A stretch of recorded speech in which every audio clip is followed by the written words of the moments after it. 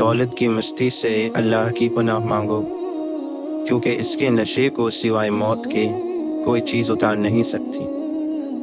हम अल्लाह की वो मखलूक हैं जो अपने खालिक की तरफ तब दौड़ते हैं जब उसकी मखलूक हमें तन्हा छोड़ देती है।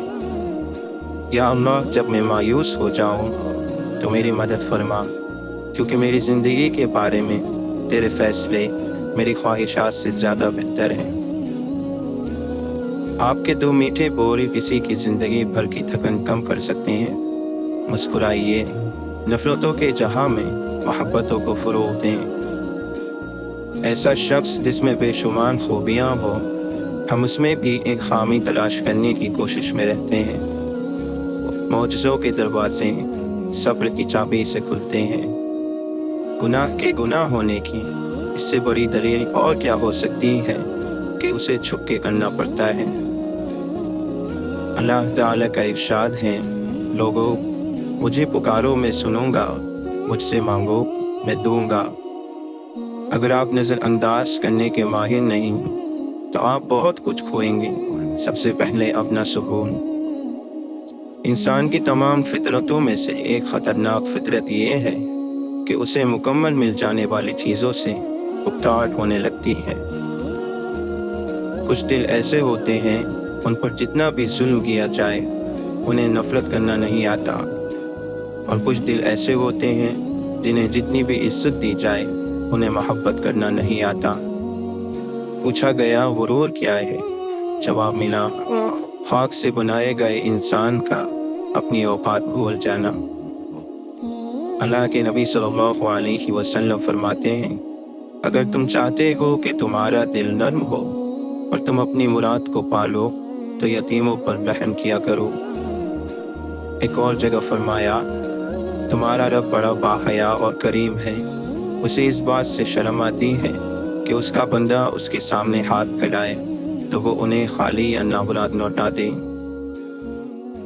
अल्लाह का शुक्र है, जो कुछ मिला बेहतरीन मिला, और जो ना मिल सका उसमें बेहतरी थी।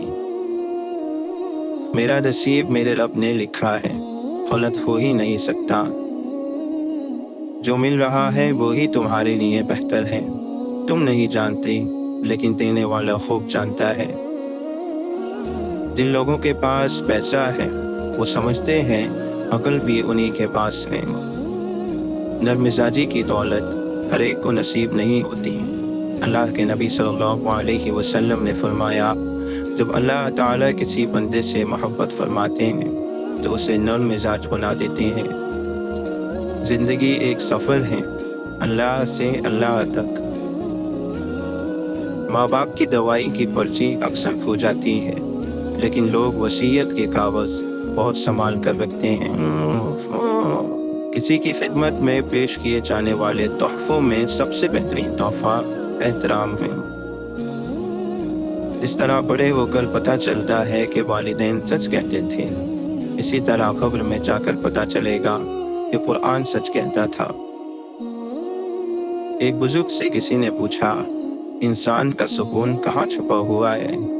बुजुर्ग ने जवाब दिया, गफलत हो जाए तो सजदे में और गुनाह हो जाए तो तौबा में। अल्लाह ताला फरमाता है, मेरी मोहब्बत तो देखो, जो फरिश्ते शाम को तुम्हारे गुनाह मेरे पास लाते हैं, मैं सुबह उन्हीं के हाथ तुम्हारा रिस्क भेज देता हूँ।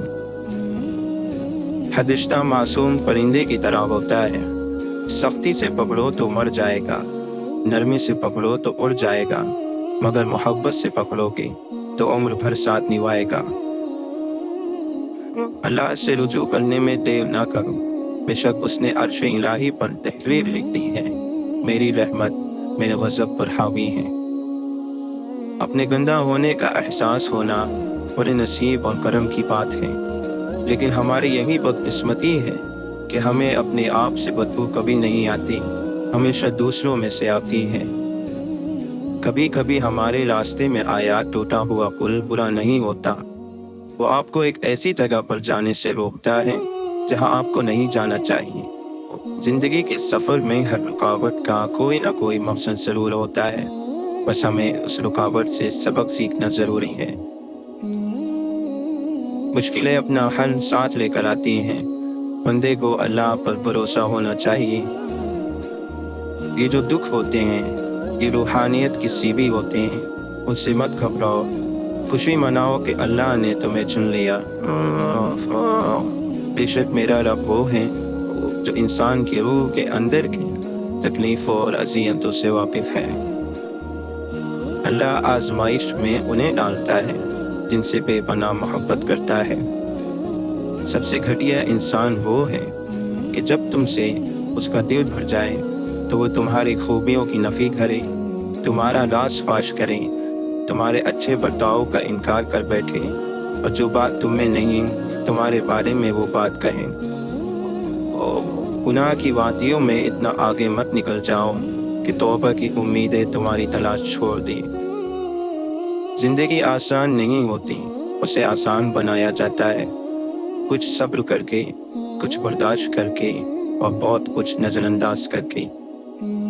کسی کو ناراض کر کے اور کسی سے ناراض ہو کر نہیں سونا چاہیے، کیا پتہ ہم صبح جاگ ہی نہ سکیں یا وہ شخص ہی صبح ہمیں نہ ملے۔ غرور کس بات کا، آج مٹی کے اوپر کل مٹی کے نیچے۔ کسی کے ساتھ غلط کر کے اپنی باری کا انتظار ضرور کرنا۔ کسی کا بھلا نہ ہو سکے تو برا کرنے کی کوشش نہ کرو۔ دنیا کمزور ہے لیکن دنیا بنانے والا نہیں۔ اپنی طرف سے پوری کوشش کرو، محنت کرو، صحیح طریقہ اپناؤ، دعا کرو، امید رکھو، اور پھر نتیجہ اللہ پر چھوڑ دو۔ جب بھی خود کو اکیلا سمجھو تو اپنے دل میں جھانکو، اگر وہاں اللہ اپنی پوری شان سے موجود ہے تو تمہیں دنیا میں کسی کی ضرورت نہیں۔ زندگی کے اکثر مقامات پر ہم جانتے ہیں کہ ہمارے ساتھ ہمارے اللہ کے علاوہ کوئی نہیں ہے، اور تبھی ہمیں اندازہ ہوتا ہے کہ صرف اللہ کا ہونا کس قدر بہتر ہے۔ جب آپ کو ہر شخص سے شکایت ہونے لگے تو دیکھ لیجیے خرابی کہیں آپ ہی کے اندر تو نہیں۔ گزری ہوئی زندگی کو یاد نہ کر، تقدیر میں جو نہیں لکھا اس کی فریاد نہ کر۔ جو ہوگا وہ ہو کر ہی رہے گا، تو کل کی فکر میں اپنا آج برباد نہ کر۔ جب سکون کی کمی محسوس ہو تو اپنے رب سے توبہ کرو، کیونکہ انسان کے گناہ ہی ہیں جو دل کو بے چین رکھتے ہیں۔ زندگی اتنی سستی نہیں ہے کہ اسے لوگوں کے تلخ رویوں کی وجہ سے ہار دیا جائے۔ مسکرائیں کہ یہ زندگی صرف اس رب کی امانت ہے جس نے اس کائنات کے کسی شے کو بیکار نہیں بنایا۔ شکر ادا کریں کہ آپ سے محبت کرنے والا کوئی عام نہیں بلکہ اس کائنات کا رب ہے۔ ہر آنے والا مشکل وقت زندگی کے آس پاس چھپے ہوئے راز کھولنے کے لیے آتا ہے۔